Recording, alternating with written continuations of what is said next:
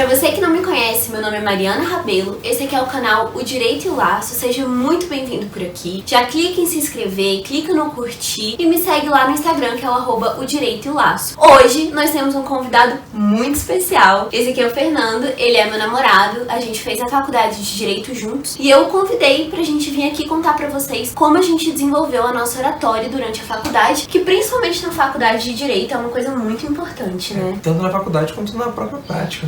É muito importante pra prática. E eu percebo assim que muita gente tem esse receio com a oratória, que a gente também tinha, ele é muito natural. Só que no direito, meio que independente de qual profissão você vai seguir ali dentro, você precisa ter uma boa oratória. E aí a gente vai contar pra vocês hoje nossa trajetória aí em busca de uma oratória perfeita, que a gente ainda não chegou. Um dia a gente vai chegar, mas é uma coisa que a gente trabalha bastante, que a gente acabou que descobriu que ama, assim, essa questão da oratória. Você quer começar contando pro pessoal? Sobre o que a gente fez? É. Tá, vamos começar então. O processo que fez a gente amadurecer mais na oratória foi a competição de arbitragem que nós dois nos inscrevemos e decidimos fazer parte. Eu acho que muita gente não conhece as competições. Eu já fiz post lá no Instagram a respeito disso, mas o que são as competições de arbitragem? São competições estudantis entre as faculdades, em que a gente recebe um caso e aí você tem que advogar por uma das partes lá do caso. E uma dessas etapas na competição é realmente a questão da oratória, e você tem 15 minutos para fazer o seu discurso, enfim, lá tá tudo mais explicadinho, mas é uma competição basicamente de oratória, a gente sempre falava isso, né? Sim, essa competição ela envolve o conhecimento jurídico, só que o que realmente vai fazer você ganhar ou se destacar na competição é a forma como você apresenta. Como você comunica, né? Então, toda essa parte relacionada a como se portar, como gesticular, como lidar com as intervenções, que já foi uma coisa que eu ensinei lá no Instagram também, como você amortece uma pergunta, porque o seu discurso lá, ele não é fluido. Os árbitros, que são 3 por painel, eles podem te interromper a qualquer momento, e aí você tem que ter jogo de cintura pra voltar pro seu discurso, falar o que você precisa, mas também responder. Então realmente é uma técnica de oratória, um exercício de oratória muito importante. Vamos contar pra eles como que a gente começou nessas competições, porque eu acho que não é uma coisa muito difundida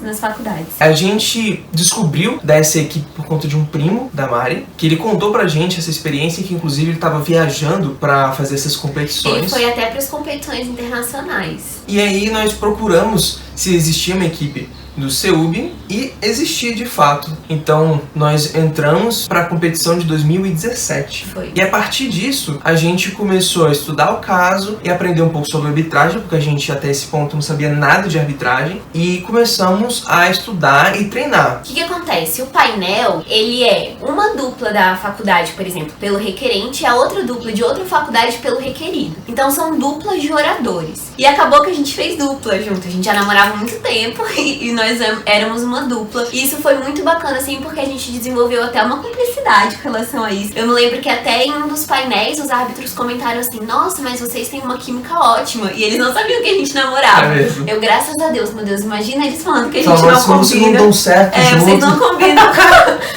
O teamworking de vocês tá é péssimo.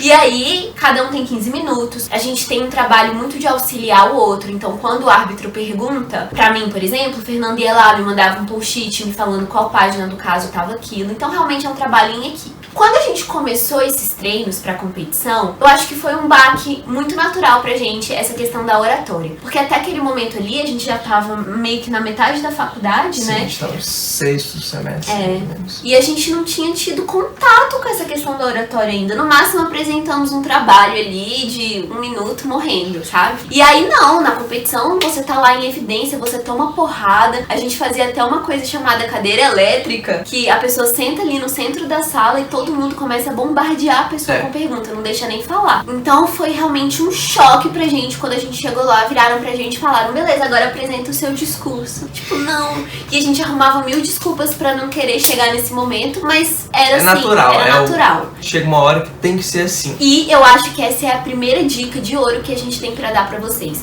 se coloquem em situações em que você precisa utilizar a sua oratória, por mais que você não a exerça com maestria ainda. Então se coloque em situações fora da sua zona de conforto com relação a isso. Porque se você nunca se submeter a essas situações, você não vai desenvolver a sua oratória. E na faculdade é um ótimo momento pra fazer isso. Com certeza. Porque você pode ralar livremente, né? Pra você falar bem, você primeiro tem que falar muito. E não é só com seu amigo, com sua amiga, você tem que se colocar realmente... Uma situação de estresse, né? Exatamente, falar pra um público, pra várias pessoas que você não conhece. Porque é aí que bate o nervosismo, que dá aquela tremedeira, que dá o frio na barriga. É, nossa, total.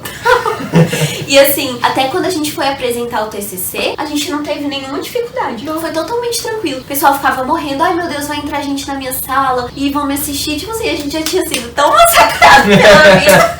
E assim, pra gente aquilo é muito natural. Então vamos contar como foram os nossos passinhos na oratória. Quando começou, a gente dividia toda a nossa equipe em 2 grupos. E aí, cada pessoa falava um pouquinho contra a outra equipe que falava o contra-argumento. E tudo começou assim, fazendo debates pequenos entre os grupos. Depois, evoluiu para uma simulação. E foi a primeira simulação que a gente fez. E... ai, que horrível. Nossa. Esse nome até hoje me arrepia. Foi uma simulação como se fosse realmente uma competição. Fica o árbitro, 2 equipes. Eram os professores, né, no nosso caso. E cada um fala 15 minutos e nisso os professores podem interromper o discurso para fazer perguntas do caso. Uma coisa que a gente tem também nessa competição é a réplica e a tréplica, né? Que, por exemplo, eu tô pela requerente, Fernando tá pela requerida. Então eu falo os meus 14 minutos, Fernando fala os 14 dele, depois eu tenho direito à réplica e ele tem direito à tréplica. E isso é uma técnica que a gente chama de one punch, que eu já até também já explorei lá no meu Instagram, que é você conseguir perceber no discurso do outro uma fraqueza. E aí você utiliza isso. Então você tem que pensar muito rápido, tem que ter o trabalho em equipe e uma técnica de oratório muito boa nisso. Enquanto você vê o discurso da pessoa, você precisa anotar, ver o que tem de falha nesse discurso, o que não encaixa, e você tem que usar isso para você desmoralizar todo o discurso dele. Basicamente você querer demonstrar que tudo que ele tá falando é bobagem. Isso em apenas uma frase que você tem que dizer. Então você tem que escolher muito bem essa frase. Eu não sei se você teve essa percepção também, mas o que acontece?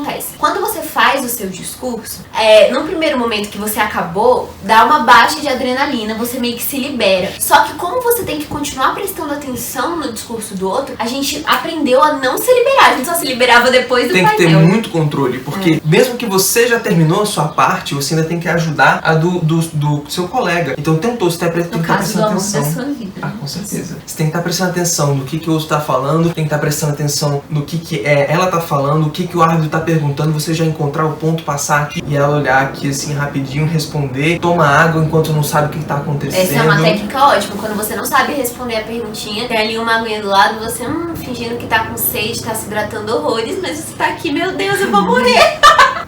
Então, técnicas que a gente aprendeu pra falar melhor são simplesmente você guardar na sua cabeça o que você tá pensando. Porque normalmente quando alguém tá querendo lembrar de uma palavra, ela começa a falar assim: porque eu tava lá na casa da minha amiga e... São as muletas. Eu acho assim que, além dessa dica que a gente já deu pra vocês, de que vocês se coloquem nessas situações que vocês precisam utilizar esse oratório, fiquem realmente desconfortáveis, porque eu acho que pra ninguém é totalmente confortável. A gente sempre fica com um friozinho na barriga. Esse leve desespero. Isso é até legal, é até gostosinho. Mas uma outra dica que eu tenho pra passar pra vocês é o seguinte: tenham muita humildade com relação ao oratório. Tem gente que tem um pouquinho mais de facilidade, tem gente que não tem. E nessa competição, a gente aprendeu muito a ouvir os feedbacks. E nem sempre eles são totalmente positivos. Sempre tem uma coisinha ou outra que vocês podem melhorar. Por exemplo, o que sempre falavam de mim era que eu tinha que falar mais devagar. Realmente é uma dificuldade que eu tenho, sabe? Então você tem que ter humildade pra aceitar essa crítica. Essa crítica, ela quer te ajudar a chegar na maestria da sua oratória. Ah, Mari, mas eu não vou participar da competição de arbitragem. Mas mesmo assim, em algum momento alguém vai chegar pra você e vai falar: fulano, eu acho que você tem que melhorar em tais pontos da sua oratória. E isso a pessoa não tá querendo detonar com você, te humilhar, não é nada disso. Ela realmente quer te ajudar. Então tenha humildade pra ouvir o que os outros têm a dizer pra você e também tenha um pensamento crítico a respeito de você mesmo. Uma técnica que eu usei muito durante as competições foi a seguinte: eu me gravava falando e depois eu me ouvia. Se você pudesse gravar em vídeo, é ainda melhor. E aí eu mesma ia reparando quais eram os pontos que eu podia melhorar. Então assim, isso realmente é você fazer um juízo de valor a respeito de você, e que a gente não tá muito acostumado a fazer isso. A gente não quer ouvir crítica, a gente não quer se criticar. A gente só quer ver o lado bom. Mas é importante que você se critique o tempo todo na sua vida pra você sair do lugar. É engraçado você se filmar, porque a gente sempre tem mania, sempre tem aqueles cacuetes. O meu é o cabelo. Pois é, o meu sempre foi no nariz. Eu coçar o nariz, aí de repente você se concentra em parar com uma mania, você cria outra. Eu parava de fazer aqui, comecei a fazer assim. Foi mesmo. Eu lembro. Então é bom você se olhar pra você conseguir tirar essas manias, porque são coisas que distraem a pessoa que tá te vendo. Ela começa a prestar atenção na sua mania. Enquanto às vezes você já coçou o nariz, se você bota a mão no rosto, se você gesticula demais. Né? E porque, como a pessoa não tá prestando atenção no que você tá falando, ela começa a pensar assim, ele não falou nada de importante. E isso é muito complicado. Principalmente quando você fizer uma sessão ou uma sustentação oral, o que você está falando é de extrema importância. Se o jogador não estiver prestando atenção em você, você perde o caso nisso. É porque você não vai conseguir comunicar, né? A matéria do seu discurso vai ficar perdida completamente na sua forma. Então a forma é uma maneira de você conduzir o que você quer dizer. Então é muito importante realmente isso. Aqui a gente tá passando a nossa experiência que a gente desenvolveu a nossa oratória com a competição de arbitragem. Mas existem outras maneiras de fazer isso. Como você indica durante a faculdade? Por exemplo, quando eu tava no meio da faculdade, a Mari ela me deu um livro sobre oratória. Além disso, existem grupos de estudo que você pode entrar para falar mais. Existem workshops sobre a oratória. Fazer um curso de oratória muito bacana a gente fez. E fora também ao longo da vida, você, quando encontrar com pessoas estranhas, puxar um papo, só para você poder se acostumar a falar com pessoas estranhas. Porque a maior causa de uma oratória ruim é a timidez. É o medo do julgamento do outro, é o medo do que o outro vai achar da gente, né? Então realmente é isso, é você tentar se colocar. Saímos ali com os amigos, então fale pra todo mundo. Tem pessoal que eu não conheço, não tem problema, fale, conte alguma história sua, alguma história engraçada, né? A oratória é uma coisa muito importante ao longo da sua vida inteira, porque você sempre quer que as pessoas entendam o que você tá falando e prestem atenção. Então mesmo se você não tá no ambiente de trabalho, você ter uma oratória boa vai te trazer benefícios. Com certeza. Uma última dica que a gente tem pra dar pra vocês é o seguinte: por trás da oratória a gente tem um discurso, né? Algum assunto que você precisa comunicar. E é muito importante que esse seu discurso não seja engessado. Então tome muito cuidado com a questão de decorar. É importante que você sim faça um discurso paradigma, um discurso alvo. Eu até já conversei com vocês aqui sobre isso no vídeo do TCC que a gente vai deixar linkado e eu não sei de que lado que é, nunca vou saber, parece. Mas é muito importante você ter esse seu discurso alvo, que é um discurso perfeito, mas é também importante que você tenha o conhecimento necessário para que ele se torne flexível e lá na hora você consiga passar, transmitir a sua informação de uma forma realmente como se fosse uma conversa. Assim, você demonstra total domínio daquele assunto. O que mais impressiona é quando você transmite o seu discurso como se você estivesse conversando com alguém no bar. É o que sempre falam. Então você precisa ter domínio total do seu discurso, treinar, até que quando você for falar, ele saia tão natural que parece que você tá tirando isso da cabeça agora. Você pensou uma coisa agora e tá falando. Você tem total domínio daquilo, aquilo é natural pra você. E é isso que você quer com a sua oratória. É comunicar, fazer com que as pessoas prestem atenção em você e convencer, né? E pra convencer a gente tem que ter naturalidade. Se eu ficar assim falando, oiê, meu nome é Mariana, você já tá assim, meu Deus, eu não vou ver esse vídeo. Você passa, né? Bom, gente, a gente espera que vocês tenham gostado do nosso vídeo. Se vocês quiserem que a gente explique um pouquinho melhor sobre as competições de arbitragem, posso trazer o Fernando aqui de novo pra gente falar sobre isso, falar da nossa experiência. É uma coisa que eu sei que as pessoas não conhecem tanto, as faculdades não difundem tanto, pelo menos a nossa, assim, era como se não existisse aquilo. E é uma experiência fantástica. É uma experiência muito bacana, única. Foi uma das melhores coisas que a gente fez pela nossa vida acadêmica, né? De longe. Então a gente pode super falar mais sobre isso. E também deixem ideias de vídeos aqui embaixo que a gente pode gravar juntos, né, amor? Ele adora aparecer, gente. Ele é todo blogueirinho agora, né? Então é isso. Tchau e até o próximo vídeo.